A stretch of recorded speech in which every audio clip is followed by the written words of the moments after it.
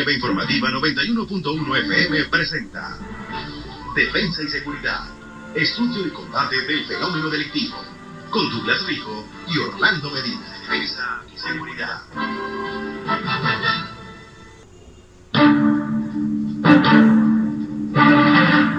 Muy buenos días.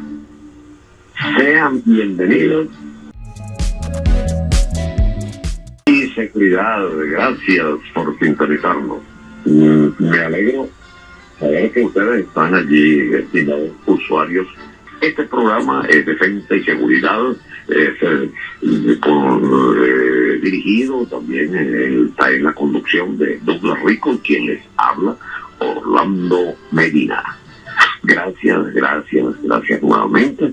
Bueno, y hoy vamos a cambiar el recorrido forense que siempre llevamos hasta hace poco, donde hablábamos del estado de ánimo de la persona que delinque, ¿no? Hablamos hasta de los estados de peligro, hablamos de la herencia genética del delincuente. Bueno, tantas cosas tan interesantes, y que fue lo último que tocamos, ¿no? Porque siempre hablamos de criminalística y cada una de sus disciplinas de la criminalística. Esta vez vamos a hablar de literatura con el profesor Alejandro Chicote, que lo tenemos en línea. Para cambiar un poquito, vamos al tema de la literatura policial, pero hacemos un trabajo integral. Hablemos de todo. Vamos a hacer un programita bien chévere, bien diferente, con un poquito de musiquita y unas melodías ahí sabrosas para que todos nosotros nos deleitemos. Así como comenzamos con Alfredo Sadel, ¿vale? Oímos a Madrigal. Qué bonita esta canción.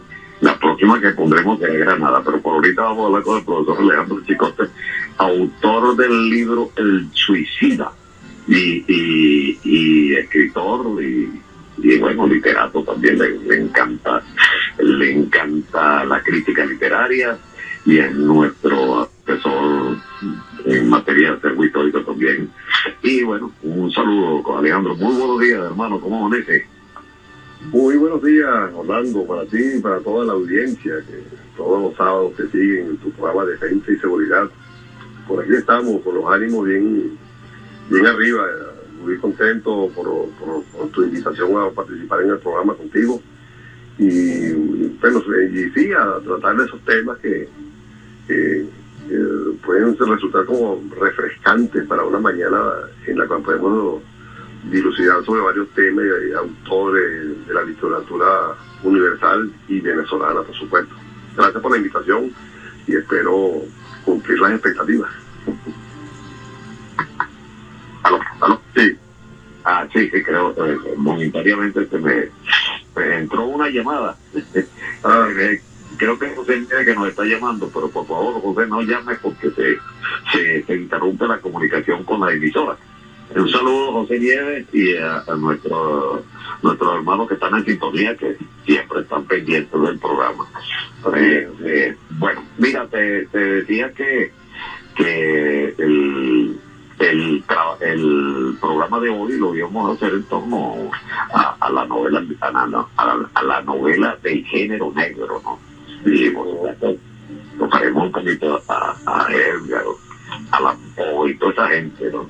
Mira, pero fíjate que primero que nada recomendemos leer a Nietzsche, o algunos le dicen Nietzsche. Así es. Y tú y yo hemos leído a Zaratustra. Sí, señor, así habló Zaratustra. Bastante complicado. El diablo, porque no me escribió sobre que Dios había muerto, pero resulta, claro, es una metáfora que él hace con relación al tema. Claro. Mira, tú sabes que hablando de justamente esos temas, esos autores famosos alemanes, hay por ejemplo, una época en la que yo, de joven, yo primero que me leí toda la obra literaria de Rómulo Gallego, que de verdad que era impresionante la manera como manejaba la narrativa, la descriptiva, esas narraciones en primera persona, luego en tercera persona, ese drama, ¿no? Ajá, pero déjame hacerte un comentarito rapidito para que te vayas directo con este autor, el cual Malite, sobre este muchacho, sobre Nietzsche, ¿no? Él tenía muchas teorías, ¿no? El vitalismo era una filosofía biológica que pretendía ser un saber del hombre en cuanto a viviente se desplegaba y enriquecía con la exigencia del bello vivir. Era pura filosofía, hermano, pero lo más importante que tú dijiste, de que Nietzsche describe en el aforismo 125 algo que llamaba el gay saber, una teoría de este hombre, ¿no? Poniéndose él decía, a Dios lo hemos matado nosotros, Dios ha muerto, pero lo hemos asesinado nosotros. Qué interesante. Vamos ahora con tu comentario. Sí, bueno, eso hace referencia de que el hombre en su conducta. Recuerda que Nietzsche fue una persona que se vinculó a escribir una profundidad psicológica del ser humano, y como todo escritor que hace una radiografía de la sociedad plasmada en sus obras literarias, fue hacia hurgar en la mente humana, en sus acciones, en su actuar permanente diario. Evidentemente se aleja de la figura espiritual de Dios, su creación, su existencia, y se fue arraigándose en un materialismo y una conducta nada acorde con lo que es lo que es Dios y lo que Él significa en su misericordia, benevolencia y solidaridad con la gente, y esa hermandad pero entonces, bueno, justamente él escribió sobre ese tema y no fue bien entendido para el momento, y entonces decía que era un ateo que había matado a Dios de una manera bárbara, y mira, y fíjate, la gente ni siquiera leía el libro y ya estaban haciendo los juicios de valores, ¿no? Sí. Interesante, muy interesante. Sin embargo, me gustaría tocar algunos temas, por lo menos lo que es creación literaria, ¿no?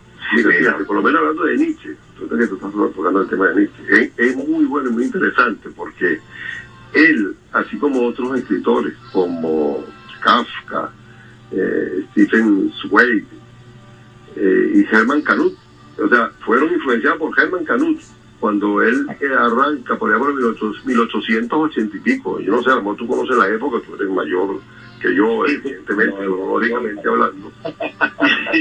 Y entonces él además es considerado el padre de la literatura moderna, donde él involucra esa profundidad psicológica en los personajes, y él, con ese libro que se llama Hambre, influyó mucho en todos esos otros escritores.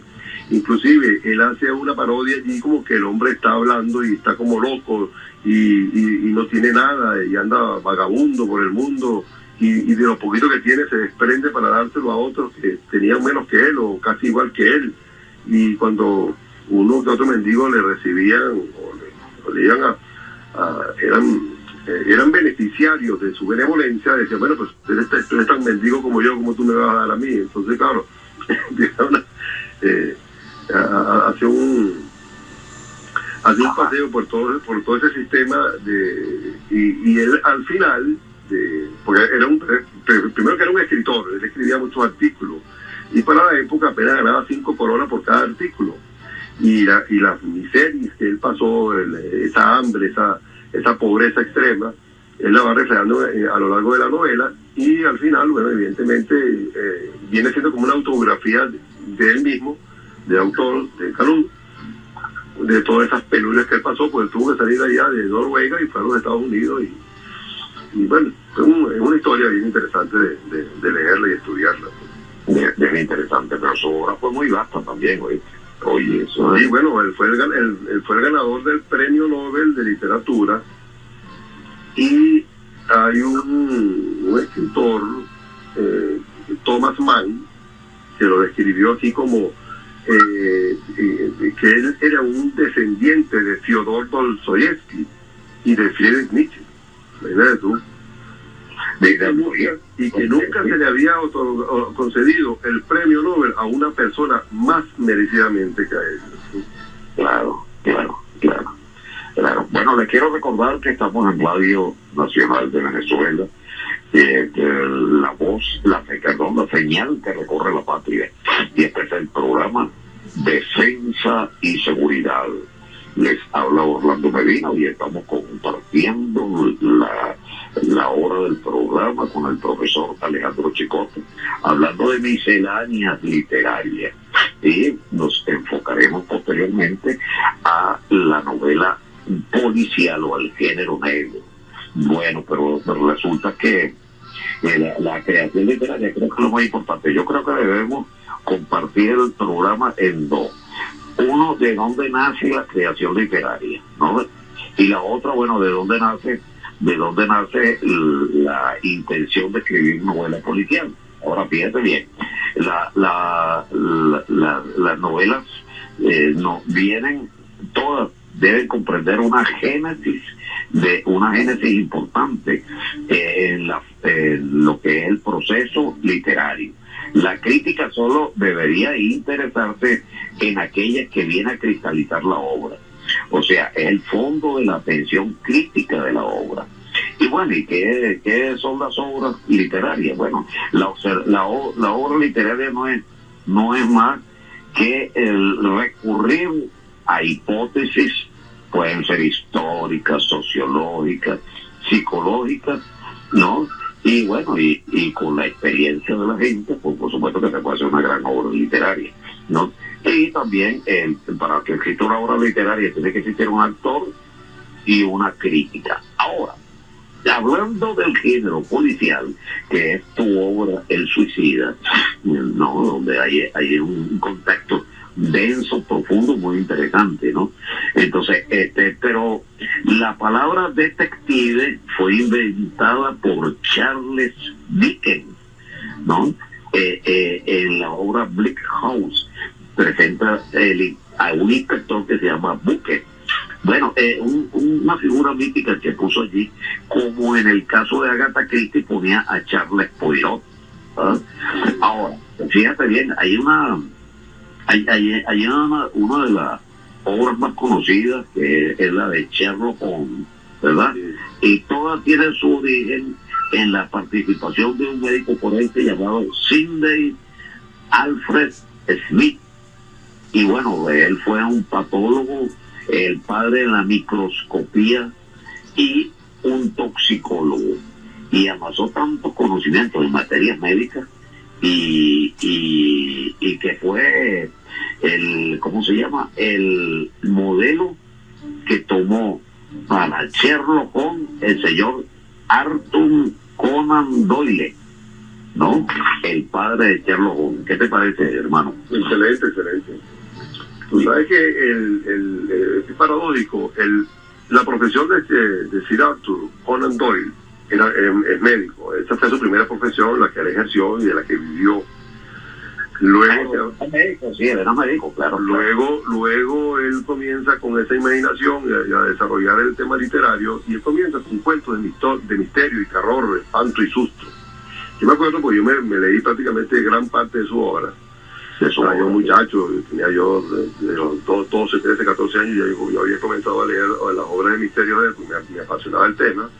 Y es cierto lo que dice, él cuando logra, porque él cuando comienza a hacer sus publicaciones, las hace a través de un periódico londinense, que ellos tenían por costumbre en esa época, los periódicos eran los que divulgaban las obras literarias de los famosos, de los escritores o los que quieren emprender en ese mundo, porque no existían editoriales ni publicaciones de libros que después se popularizaron con el tiempo, de tal manera que podía abarcar una gran cantidad de obras y escritores de todas partes. Pero los periódicos, quien lograba realmente hacer un escrito y que calara y le gustara a la directiva, a la editorial del periódico, eran publicados. Y entonces llegó un momento que el periódico era más comprado, no por las noticias, sino por la obra literaria de los cuentos de misterio. Y luego pasa con el nacimiento de Sherlock Holmes, que un detective aristocrático, quien con su gran amigo y asesor de inmediato, el doctor Watson, comienzan a hacer una serie de investigaciones, pero con elemental, mi querido Watson, de la frase cuando él le decía, cuando vamos a analizar este caso, ¿qué piensas tú de este caso? Entonces empiezan a hacer lucubraciones y deducciones tomando en consideración los elementos que en el sitio del crimen te estaban hablando y por la forma como muere la persona. Entonces hacen un análisis de la persona, de su vida, de sus allegados, del entorno, tanto laboral, familiar, romántico, qué sé yo, y entonces comienzan a hacer deducciones del por qué esa persona ocurrió un crimen, un homicidio, una cosa de esa, porque prácticamente todo se orientaba hacia el homicidio y ellos esclarecían esos homicidios. Entonces ese juego de palabras era muy dinámico y eso se hizo tan famoso que inclusive él mató a Sherlock Holmes y la protesta fue tan grande que tuvo que revivirlo y continuar con la serie de Sherlock Holmes. Imagínate, eso pasó así. Leandro, que bueno, no, ciertamente el señor Sir Arthur Conan Doyle tomó este personaje del doctor Sidney por el Spilbury, pero el doctor parece que fue el profesor de uno de los otros médicos que era amigo de Sir Arthur Conan Doyle, y él a su vez recibió clases de él, y él le decía elemental, mi querido Arthur. Entonces tomó de elemental, mi querido Watson. Entonces más o menos, pero imagínate, plasmó las profundas reflexiones patológicas y de conocimiento médico forense en sus grandes novelas, por eso que tuvo tanto éxito, ¿no? Ahora fíjate, yo te decía que era interesante, ¿no?, saber y conocer de dónde viene la musa y de dónde vienen esas grandes inspiraciones, ¿no?, de lo que es el amigo, ¿cómo se dice?, los amigos escritores, ¿no? De ahí nos incluimos nosotros también, ¿no? Sí, el cerebro es una cosa seria, ¿no? El cerebro, cada vez que se usa el pensamiento, el cerebro se desgasta. Cuando el pensamiento se ejercita, el cerebro se consume. Se puede decir que jamás la misma materia sirve dos veces a la vida.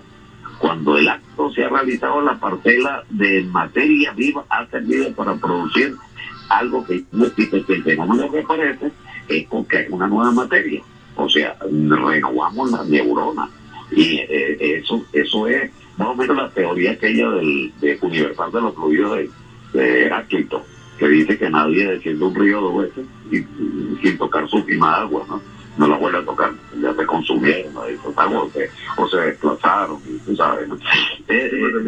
Hay otra posición también que con relación a eso, es que tú puedes ir al río X cantidad de veces y muy posiblemente siempre lo vas a ver diferente, y el agua va a ser otra agua, pero ya no te vas a preocupar tanto por el agua, porque prácticamente va a ser para ti, originalmente va a ser la misma agua que está circulando por el río, pero hay otros aspectos, hay una piedra, hay una chica bañándose por allá, hay una gente que viene en mula llevando verduras, hay otra gente que está pescando. Entonces es más, hay otra cosa también, que es qué quiero yo hacer en ese río, o por qué estoy yo en el río, o sea, qué me atrae del río. Y entonces son un montón de cosas que van primero circulando por la mente, y la mente, como es tan extensa y no tiene límites, es lo más universal que hay, ahí se desprende para escribir muchas cosas, ¿no? No, pero fíjate que el señor Gustavo Helle, un griego, en una de sus obras habla mucho de los automatismos psíquicos, ¿no? Y habla también de que el pensador, el artista, el sabio aportan a la humanidad algo nuevo, ¿no? Okay. Pero también dice que son producciones subconscientes, ¿no? Y que todo el automatismo psicológico tiene mucho que ver con el arsenal y la síntesis creadora que ayuda al hombre a formar los productos perfectos de la inteligencia.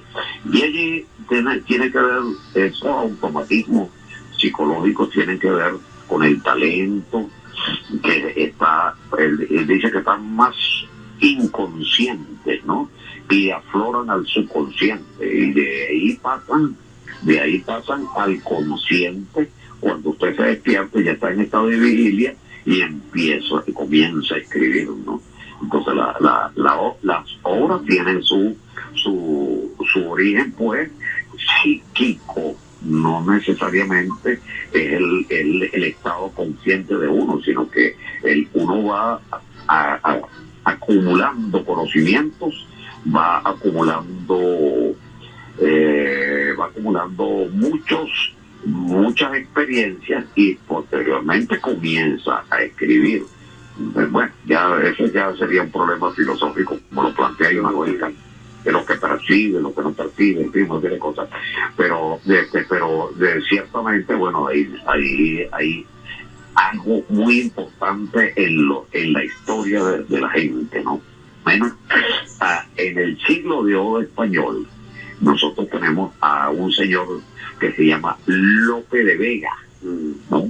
Y Lope de Vega, sin duda, fue el autor más fecundo de la literatura española, hermano. Ahí estuvo Lope, seguido por también una serie de escritores, por lo menos Tirso de Molina, Guillén de Castro, Luis de Alarcón, Luis Vélez de Guevara. Bueno, pero Tirso de Molina fue otro escritor muy interesante también, ¿no? Presentó dos rasgos esenciales en su obra: la profundidad psicológica y la fuerza creadora de caracteres que dan lugar a la formación de las más vigorosas individualidades. En sus obras, entre sus obras estaba El burlador de Sevilla y El condenado por desconfiado. En el siglo de oro español, bueno, metiendo ahí a tantos escritores buenos como Góngora, de Quevedo, toda esta gente, entre esos Cervantes, ¿no? Fíjate que Cervantes, más o menos, yo no sé si de ahí se copió Jorge Luis Borges, pero Cervantes opinaba que no era necesario escribir tan largo, ¿no? De hecho, Cervantes opina que que era importante escribir, pero incluso él tiene una obra que se llama, cuyo título es Las 100 novelas, las novelas cortas, ¿no? Sí. Y allí, pues, Borges lo conseguimos que nunca escribió novelas. Jorge Luis Borges no escribía, era fragmentos de cuentos, pero qué interesante la obra de Borges. ¿Tú la has leído? Básicamente se dedicó a escribir unos fragmentos de alto nivel contenido, de alta calidad. Y en el caso de la literatura del siglo de oro español, la mayoría de los escritores, todos, o eran personas que se iban a la caballería, que era una fuente de ingresos, porque no había otra actividad comercial.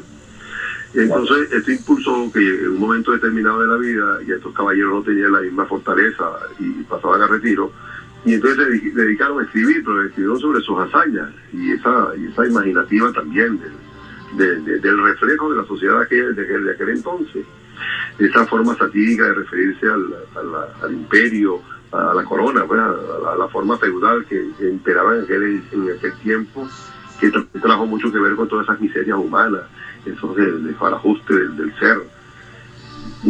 Y ellos ahora, Borges es otro caso, porque él viene de una civilización completamente diferente, donde prácticamente era un ratón de librería que trabajaba en una biblioteca, y fue custodio de toda esa gran cantidad de obras literarias. Entonces fue como, bueno, fue estudiando y fue leyendo.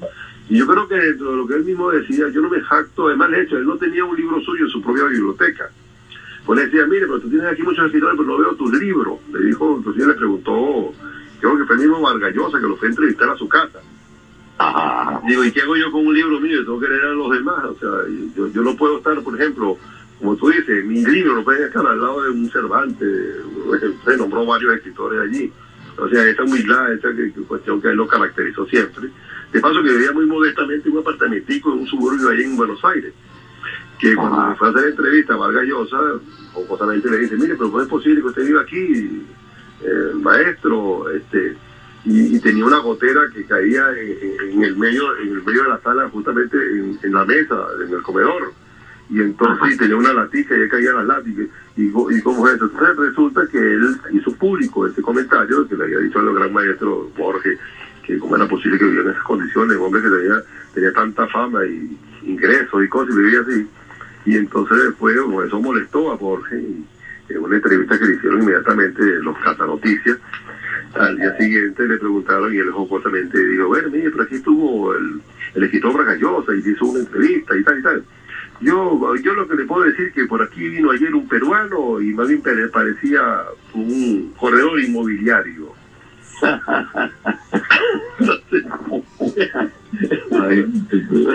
Entonces Borges estaba preocupado de otras cosas. Él estaba más preocupado en lo que leía que en que lucir la obra que él había hecho. Sí, claro. Eso es lo que él por lo menos demostró. La obra literaria de Borges, bueno, por supuesto que está fundamentada en el conocimiento universal, porque él hablaba de todo. Él hablaba de la enciclopedia española, la enciclopedia griega, bueno, todos los grandes conocimientos, pero es que él era director de la Biblioteca de Buenos Aires, la Biblioteca Nacional de Buenos Aires, ¿no? Y bueno, entre tantas obras que tiene está Palermo de Buenos Aires, el Alex. Tú me has hablado mucho del Alex, que lo leíste bastante. La canción del barrio. Él era obras muy psicológicas, no, muy importantes desde el punto de vista de la cotidianidad del pueblo, ¿no? Y traía, pero sin embargo él fue también llamado el aristócrata de las letras. Sí, un hombre con una profundidad literal, cultural, y permeaba pues sus cuentos de esa gran cultura, pues. Mientras que, bueno, tenemos un señor como como Gabriel García Márquez, que se metió en la profundidad de la costumbre de su pueblo y afloraba la constancia de la cotidianidad de lo que pasaba en las zonas humildes, en las zonas rurales y en cualquier parte, pues como es el caso de Aracatá y el caso de Crónica de una muerte anunciada, donde narra la vida de los contendientes que en un duelo a cuchillo, pues cometieron, uno de ellos por venganza asesinó al otro a puñaladas, ¿no? Bueno, pero fíjate que importante lo que tú comentaste hace ratico. Mira, hubo una moda donde todos los escritores, en sus reuniones, tú sabes, esa bohemia donde estaban los intelectuales, entonces estaba de moda que todos hablaban de París, todos se iban para allá y discutían sus acciones en el Café de París, aquí para. Y resulta que ayer estuve yo casualmente haciéndole una entrevista a un amigo, ingeniero, pues le mando un gran saludo aquí a Rafael Rodríguez, decano de los directivos del Colegio de Ingenieros. Él agarra y me está diciendo que una de las cosas que más poderosamente le llamó la atención y le gustó, por ejemplo, el tema del suicida, es que se desarrolla entre las parroquias aquí de San José, Candelaria, La Pastora, y hace un alarde de varios sitios de Caracas, incluyendo el Cerro del Ávila. Entonces, yo digo que ¿por qué yo escribir si soy caraqueño, nacido en Caracas? Amo mi ciudad, porque la amo. Es una ciudad, es una cuestión que tú puedes ir a cualquier parte del mundo, pero vas a extrañar siempre a tu Caracas. Y resulta, ¿por qué voy a escribir yo de París si yo nací por acá y estoy escribiendo de una ciudad que me ha encantado desde siempre? Inclusive me acuerdo de la época cuando la avenida Panteón, que no existía sino una calle, era doble vía, pero no estaba como está ahorita, en una calle más rural, y resulta que la neblina a las 3 de la tarde ya cubría toda la zona. Entonces, Alejandro, no te me adelantes, que me iba a dar un gustazo con el suicida, pero más tarde, ¿no?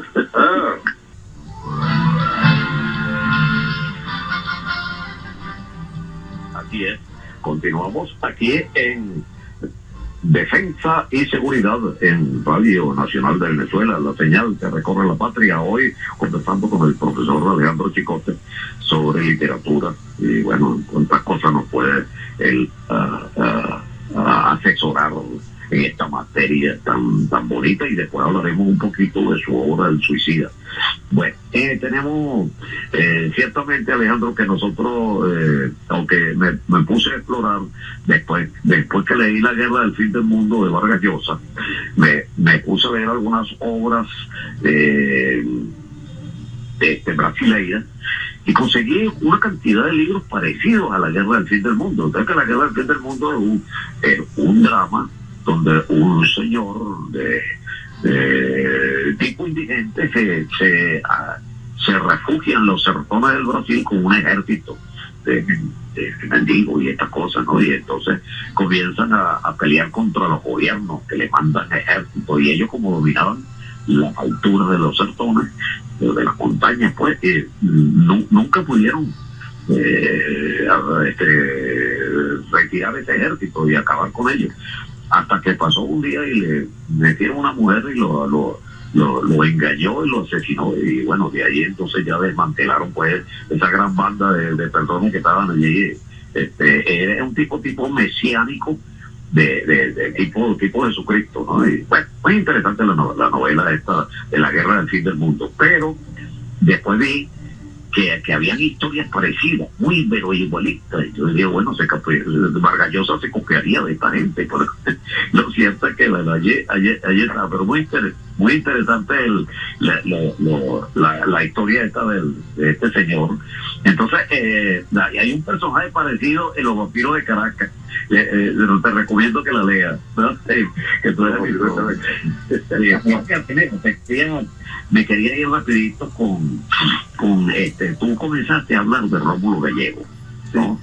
Comenzaste a hablar de Rómulo Gallego, y bueno, imagínate, en Rómulo Gallego se ve algo que se llama el determinismo geográfico, ¿no? Porque la naturaleza, en el caso de Rómulo Gallego, esclaviza al hombre, ¿no? Y determina fatalmente sus costumbres, su forma de vida, sus ideas. Entonces, es evidente que hay una lucha del hombre, de verdad, para frente a la naturaleza, ¿no? Porque es una tierra de conflicto, y así está en Canaima, Doña Bárbara, bueno, las obras de Rómulo Gallego. ¿Tú tienes algo para hablar de él? Mira, por supuesto que sí, pero déjame hacerte un break aquí. Tú sabes que con relación al tema que acabamos de escuchar de Granada, interpretado por Alfredo Sael, esa obra que la compuso Agustín Lara, y vio como primera opción en la voz de Alfredo, y de verdad que no se equivocó, los dos hicieron una simbiosis muy interesante.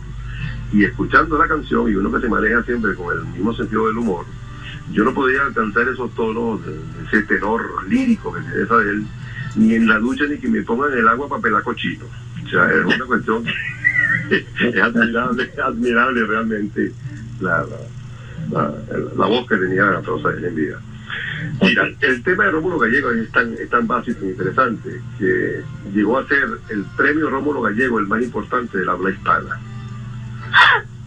Y así hasta ahora, bueno, se mantiene el premio todavía está vivo. El año pasado fue entregado nuevamente, más tarde, este año parece que el próximo año va a ser otra vez el concurso.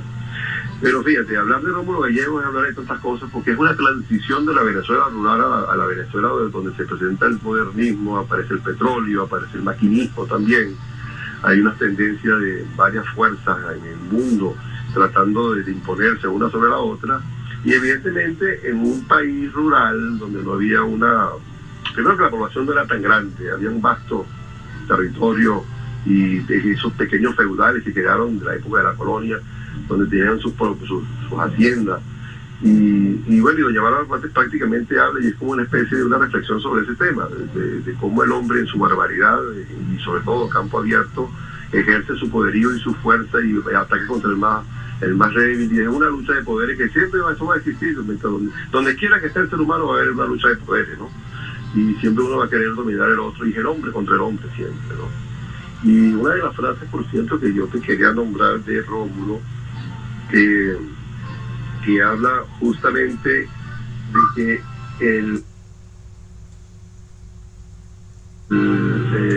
una de esas frases, en una de esas tantas novelas que dice, hablando de la asesoría, que me habías hablado de la parte literaria, Pero es que hay personas que, estoy citando el pensamiento de Rómulo, pero Okay. es que hay personas que entre pensar y hacer le salen canas. Eso es la génesis de lo que es la procrastinación. Okay. Te pones a pensar, te pones a hacer 50 actividades, a revisar las redes sociales. Bien. Y a ti te salieron canas cuando escribiste El Suicida, el Bueno, romance. si te digo realmente, ya yo venía con un buen cargamento de ganas cuando me comencé a escribir, ¿no? Discúlpame un momentico, pero tú empezaste cuando estábamos hablando, porque, bueno, ¿qué es la obra literaria? La obra literaria es la carga psicológica que tiene uno encima, ¿no? Que tiene el escritor, y sus vivencias, su experiencia y todo eso, ¿no? Pero focalizarla dentro de tu esfera de acción, de la cotidianidad de tu vida y tal, es muy interesante cuando se escribe, se refleja la calle, cuando se refleja los citadinos, cuando refleja todo eso. Tú estás hablando de que tu obra estuvo fundamentada en dos parroquias de Caracas, San José y Candelaria. Cuéntanos, háblanos. Y la pastora también, porque fíjate, el suicida realmente, esta familia vive aquí en San José, vive en la parroquia de San José, estudian en la Candelaria, y sus padres originalmente, antes de que este muchacho apareciera en escena, empezó un romanticismo entre ellos, y evidentemente recorrieron todas las salas de cine de la época. Por ejemplo, ahí está, creo que está el Imperial, además hasta el autocine de los Chaguaramos, que ellos dicen ahí, bueno, los hijos no van a poder disfrutar de aquello. O sea, las generaciones modernas no disfrutaron lo que es un autocine, y hoy muy poco irán al cine, porque ahora con tanta tecnología ya tú tienes todo lo que tú quieras en tu casa. Pero entonces ese recorrer de esos restaurantes, aquellas cosas, que el filtreo, nombro varios que todavía existen, hay unos que ya desaparecieron de esos restaurantes, pero entonces comienza a ser esa esencia del caraqueño en su forma de hablar y de actuar, y cómo se va desarrollando, y cómo era la sociedad. Por ejemplo, fíjate, la mamá del suicida, nos quedan como 8 minutos, Alejandro. la mamá del suicida nace en pleno movimiento telúrico cuando el terremoto de 1967, aquí en la Plaza de Estrella de San Bernardino. Okay. Y ahí te podrás imaginar todo, por lo menos el artista plástico venezolano Jesús Soto, cómo se diferencia la vida del que quiere ir por el mal camino que el que quiere ir por el bien, y procura su bienestar y proyectarse hasta lo grande, ¿no? A dejar una huella, una marca, una cosa. Y entonces esa obra nace primero como una inquietud, pues yo participé en varios concursos de cuentos cuando existía el concurso de cuentos Lola de Fuenmayor del Diario Nacional. Okay. Claro, y por supuesto, ahora después de tanto tiempo que me desvié, me hice otras 50.000 cosas de la ingeniería, la construcción y tal, que sé yo, y las artes gráficas. Dije, bueno, ahora creo que llegó el momento de escribir algo más completo, más serio, más... Y entonces, es parte del Colegio de Ingenieros de Caracas también. Sí. Bueno, ajá. No te interrumpo más. Y bueno, y entonces pues eso, agarré un tema que es álgido, muy actualizado, y por ejemplo, es una radiografía del planeta Tierra prácticamente en cuanto a su humanidad y falta de humanidad, porque hablo de un problema que es el suicidio, y viene por una descomposición social, por el bullying, por la agresión, el hombre contra el hombre, que más o menos es una forma diferente de decirlo, porque son otras acciones, es otra cosa lo que está pasando hoy en día, que se ha agravado muchísimo, y según las estadísticas, cada 40 segundos muere una persona por suicidio en el planeta.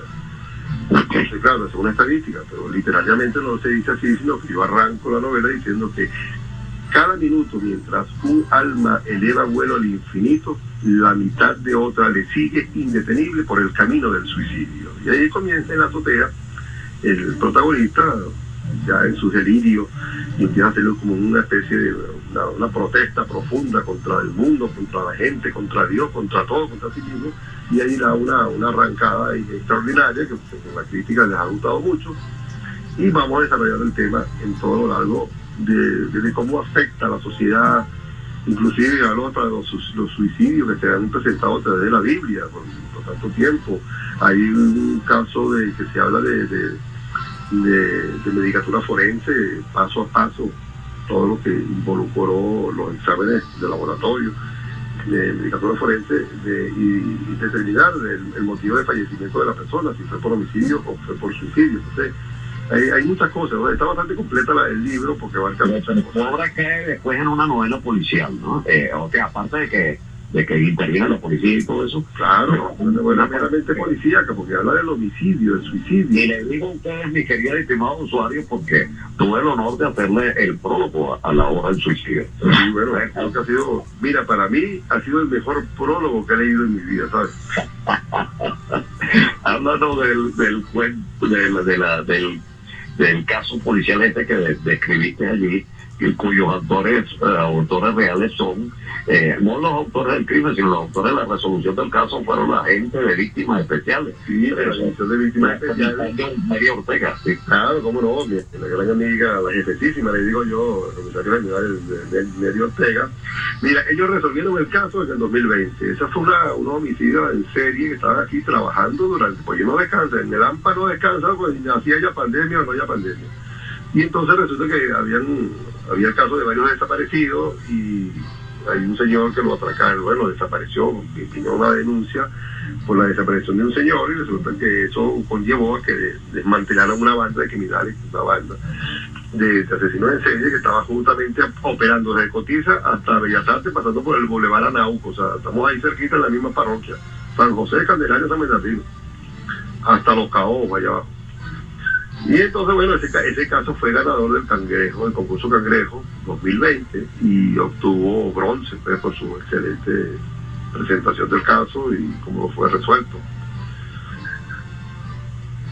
Gracias a Dios me permitieron incorporarlo en la trama del suicidio porque justamente que quedó como anillo al dedo para el desarrollo del tema.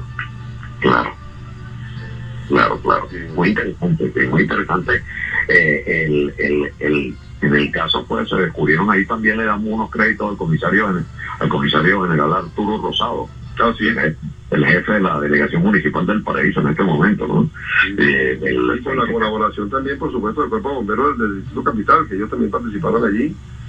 Sí. Y a la división canina también del 6CPC. ¿Cómo participaron los bomberos y la división canina? Bueno, ellos participaron básicamente con hacer las exploraciones internas porque resulta que estos señores, una vez que cometían el homicidio sobre las víctimas, las agarraban y las lanzaban al alcantarillado de la red cloacal que está en todo el trayecto de la avenida Nauco y eso desemboca en el río Guaire. Y tuvieron que hacer unas exploraciones buscando al principal sospechoso, que era el primero desaparecido, al principal desaparecido, lo fueron buscando hasta Santa Lucía, llegaron en el estado de Miranda, buscando todo el recorrido, consiguieron otro cadáver, pero no apareció el de él. Entonces, eso permitió aclarar otras desapariciones cuando aparecieron, dieron el hallazgo con estos cadáveres, los identificaron y entonces cerraron esos casos. Y entonces todas estas personas están bajo proceso judicial justamente por esas fechorías que cometieron. Algunos cadáveres estaban atrapados en la red cloacal. Sí, estaban ahí abajo. Había que iban al río Guaire y el Guaire pues allá a su desembocadura y estas cosas, ¿no? Pero ahí se maneja uno, por lo menos me manejé yo en el aspecto que cuando se hacen las exploraciones en esas cavidades de la parte subterránea que es la que está embaulada del río, tuvieron que llevar maquinaria, ampliar los boquetes, meter iluminación artificial y entonces bajar con los sabuesos para buscar y entonces, claro, fue un proceso largo, eso duró varios días, no fue tan sencillo así. De hecho, y la víctima no apareció, pero ese manejo literario con lo que estaba ocurriendo de la vida real es llevado también con la mitología griega, en unas situaciones donde bueno, se hace alarde, pues, algún mínimo conocimiento sobre el tema y una simbiosis entre estas cosas y la otra. Entonces la persona se desdobla en el sueño y entonces investiga, o sea, hay una aparición del investigador, de la comisario con el fallecido de una manera en sueño, pues, como nos quedan 2 minutos, Alejandro, como nos quedan 2 minutos, me tienes que decir dónde estás vendiendo estos libros para que la gente pueda ir. Los libros los tengo prácticamente para entrega personalizada todavía porque estoy esperando la respuesta de 2 redes de librerías grandes que hay en Caracas, pero Pero tienes una librería ahí en la avenida Puerta Armada. En la Puerta Armada hay una librería que está en la esquina entre la esquina de Crucecita, casi llegando a Crucecita, que se llama Librería Deportiva. Y hay otra librería que está en el Centro Ciudad Comercial Tamaraco, que se llama Grupo, que está en el nivel C1. Diagonal con Cantebé. Usted va para Cantebé y pasa por la librería. Ok. Y Vanidades, que está ahí al lado de la iglesia de Santa Capilla, en la esquina del mismo nombre. Y la otra que te llame aquí para... Y la otra que me llamen a mí o te organicen a ti o lo busquen allá en la división de acervo histórico, será el 6CPC para alguna cosa, un contacto. A comprar el libro, sí. Allá en San Agustín, el edificio del 6CPC, el Museo Histórico del 6CPC. Estamos a la orden ahí, cualquier cosa me dicen, y yo le digo a Alejandro que se vaya con los libros, que vaya a vender.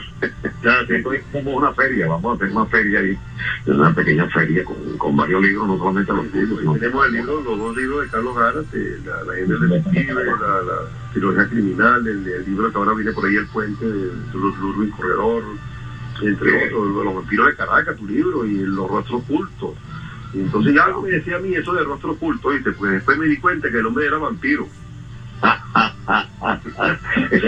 me dice la oportunidad, y te lo agradezco públicamente, me dice el honor de hacer el prólogo de Los Vampiros de Caracas. Claro. Bueno, después yo te pagué eso con creces en el otro libro. Pero ahora quedé endeudado, porque pagaste más de lo que realmente correspondía. Bueno, de verdad que fue sabroso compartir contigo, que estás ahí detrás de ese receptor escuchándonos, ¿no? Y saludo a mi hermano Rupert Catique, que está en sintonía, a José Nieves, a Marbella de allá de Macuy, acá sí, el otro, a quien queremos mucho también. Y Orlando, me gustaría mandarle un gran saludo al profesor, al maestro, gran maestro